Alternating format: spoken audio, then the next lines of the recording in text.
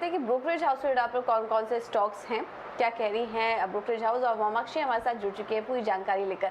ममाक्षी बताइए brokerage house से आज कहाँ पर है? शुरुआत करते हैं हम श्रीराम ट्रांसपोर्ट से। तो क्रेडिट स्विस ने आउट परफॉर्म की राय बरकरार रखी और लक्ष्य रखा 1500 प्रति शेयर का। स्ट्रेस लोन्स पर जो प्रोविजनिंग कवरेज रेशियो है वो 12 परसेंटेज पॉइंट से बड़ा है। मर्जर प्रोसेस भी ट्रैक पर है और जो वैल्यूएशन के लिहाज से जो रिस्क रिवॉर्ड रेशियो है वो भी काफ़ी आकर्षक नज़र आ रहा है। सीवी की अप साइकिल के चलते उन्होंने आउट परफॉर्म की राय बरकरार रखी। इसके अलावा CLSA ने NBFC शेयरों पर अपनी राय दी है। उनकी टॉप पिक है M&M फाइनेंस। उन्होंने बजाज फाइनेंस पर बिकवाली की राय बरकरार रखी और मुथूट पर अंडर परफॉर्म की राय बरकरार रखी। बढ़ते ऑपरेटिंग एक्सपेंस और राइजिंग रेट्स के कारण ये की कंसर्न है आगे जाते हुए। हालांकि एसेट क्वालिटी में मजबूती जारी है और इसी के चलते CLSA ने NBFC शेयरों पर अपनी राय दी है। और आखिर में क्रेडिट स्विस ने इंडिगो पर आउट परफॉर्म की राय बरकरार रखी और लक्ष्य रखा 2200 प्रति शेयर का। जून के महीने में यील्ड्स की मजबूती बरकरार रही और बढ़ते क्रूड दाम के बावजूद कंपनी में अच्छी प्रॉफिटेबिलिटी नजर आ रही है। इसके अलावा पैसेंजर काउंट भी प्री कोविड लेवल को टच कर रहे हैं और क्रेडिट स्विस ने आउट परफॉर्म की राय बरकरार रखी इंडिगो पर। ओके, बहुत बहुत शुक्रिया वामाक्षी आपका ये सारी जानकारी देने के लिए। तो श्रीराम ट्रांसपोर्ट पर देखिए आज कुछ काफ़ी पॉजिटिव कमेंट्स निकल कर आ रहे हैं। रिस्क रिवॉर्ड इन स्तरों पर आकर्षक है और स्ट्रेस्ड लोन जो हैं वो प्री कोविड लेवल से 18% नीचे आ चुके हैं। ये एक काफ़ी पॉजिटिव बात निकल कर आई है इस रिपोर्ट में। NBFC पर भी जो कवरेज आई है उसमें देखिए टॉप पिक जो बताया जा रहा है वो महिंद्रा एंड महिंद्रा फाइनेंस को बताया जा रहा है। तो यहाँ पर नज़र रखिए बजाज फाइनेंस में बिकवाली करने की राय दी जा रही है। मुथूट फाइनेंस पर अंडर परफॉर्म की राय आ रही है। तो लेकिन M&M फाइनेंस पर ये पॉजिटिव नज़र आ रहे हैं CLSA। और इसके अलावा इंडिगो पर भी आज 2200 के लक्ष्य देखने को 2200 के लक्ष्य यहाँ पर दिए जा रहे हैं क्रेडिट स्विस की तरफ से। तो ये कुछ ब्रोकरेज हाउस की रिपोर्ट आई है और इसका भी इम्पैक्ट हम देखेंगे कि आज दिन भर बाजार में देखने को मिलेगा। ये भी समझ लेते हैं। सौमित हमारे साथ जुड़ चुके हैं पूरी जानकारी लेकर। सौमित गुड मॉर्निंग, बताइए खबरों वाले शेयर्स आज कौन कौन से हैं? Good morning. पहले तो बजाज ऑटो जो निफ्टी स्टॉक है फोकस में रहेगा क्योंकि कंपनी ने कहा है कि वो बायबैक कंसिडर करने वाले हैं अपने बोर्ड मीट में जो कि जून 14 को है। अब थोड़े बहुत डिटेल्स हम आपको दे देते हैं। जो कंपनी के बुक्स में कैश एंड कैश इक्विवेलेंस है जिसमें current investments, cash on hand और बैंक बैलेंस आता है वो करीब 5900 करोड़ के आसपास है।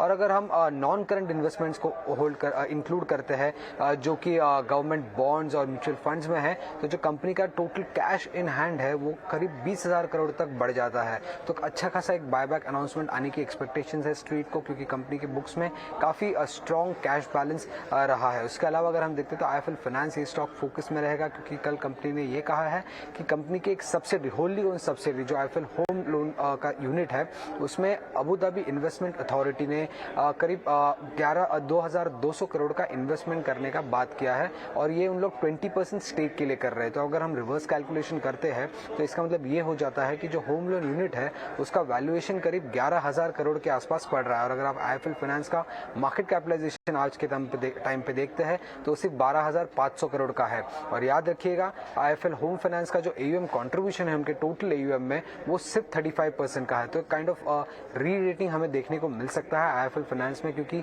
एक यूनिट का ही वैल्यूएशन 11,000 करोड़ का हो गया और मार्केट पूरी कंपनी को जो वैल्यू कर रही है वो सिर्फ 12,500 के आसपास कर रही है।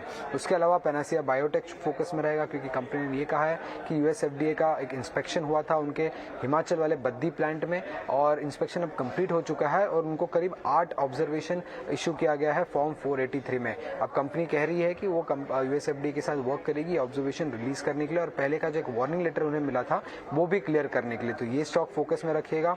उसके अलावा वेल्सपन एंटरप्राइज कंपनी ने कहा है कि उन्होंने एक डेफिनेटिव अग्रीमेंट साइन किया है एक्टिस हाईवे इंफ्रा के साथ जहां पे वो अपने 4 हाईवे पोर्टफोलियोज को बेचने वाले हैं और ये जो कंबाइंड एंटरप्राइज वैल्यू पड़ा है इसका वो करीब 6,000 करोड़ का है। कंपनी ये भी कह रही है कि ये 6,000 करोड़ में 3,600 करीब डेट के आसपास है और बाकी का इक्विटी कॉन्ट्रीब्यूशन है। और उन्होंने ये भी कहा है कि 3,000 करोड़ का कुछ रिसीवेबल्स आ सकते हैं NHAI से कंप्लीशन बोनस के हिसाब से, वो इंक्लूडेड नहीं है EV पे। तो अगर आप टोटल EV वैल्यूएशन देख लेंगे इस पोर्टफोलियो का जो उन्होंने बेचा है वो करीब 9,000 करोड़ के आसपास हो सकता है।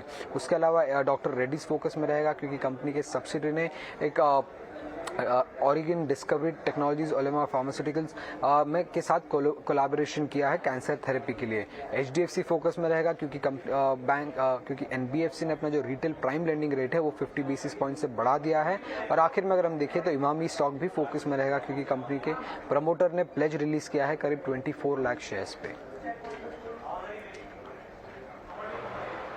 ऑल राइट, तो ये कुछ अहम खबरें निकल कर आ रही हैं जहां पर कि आज आपको नजर रखनी। बहुत शुक्रिया सौमित, ये सारी भी जानकारी का। स्पेशली बजाज ऑटो भी देखिए, हमने आपको कुछ दिन पहले ही इस पर एक पूरी रिसर्च करके बताई थी कि कंपनी की कैश बुक काफ़ी स्ट्रांग है और अगले कुछ ही दिनों में कंपनी बायबैक अनाउंस कर सकती है। ऐसा कुछ हिस्ट्री में पहले कभी हुआ नहीं था। देखिए, पहला बायबैक आ रहा है बजाज ऑटो की तरफ से, जिस पर हमारी नज़र रहेगी। 31 मार्च को कंपनी के पास करीब 5,926 करोड़ का कैश भी था और इसकी जानकारी इससे जुड़ी पूरी रिसर्च हमने आपको पहले ही ET नाउ स्वदेश पर बता दी थी। इसके अलावा भी काफ़ी सारे स्टॉक्स हैं, फिर finance, Panacea biotech, western enterprises जैसे स्टॉक्स हैं खबरों के चलते, जहां पर कि आज एक्शन देखने को मिल सकता है। चलिए आगे बढ़ते हैं। इक्विटी मार्केट का पूरा एक्शन हमने समझा, लेकिन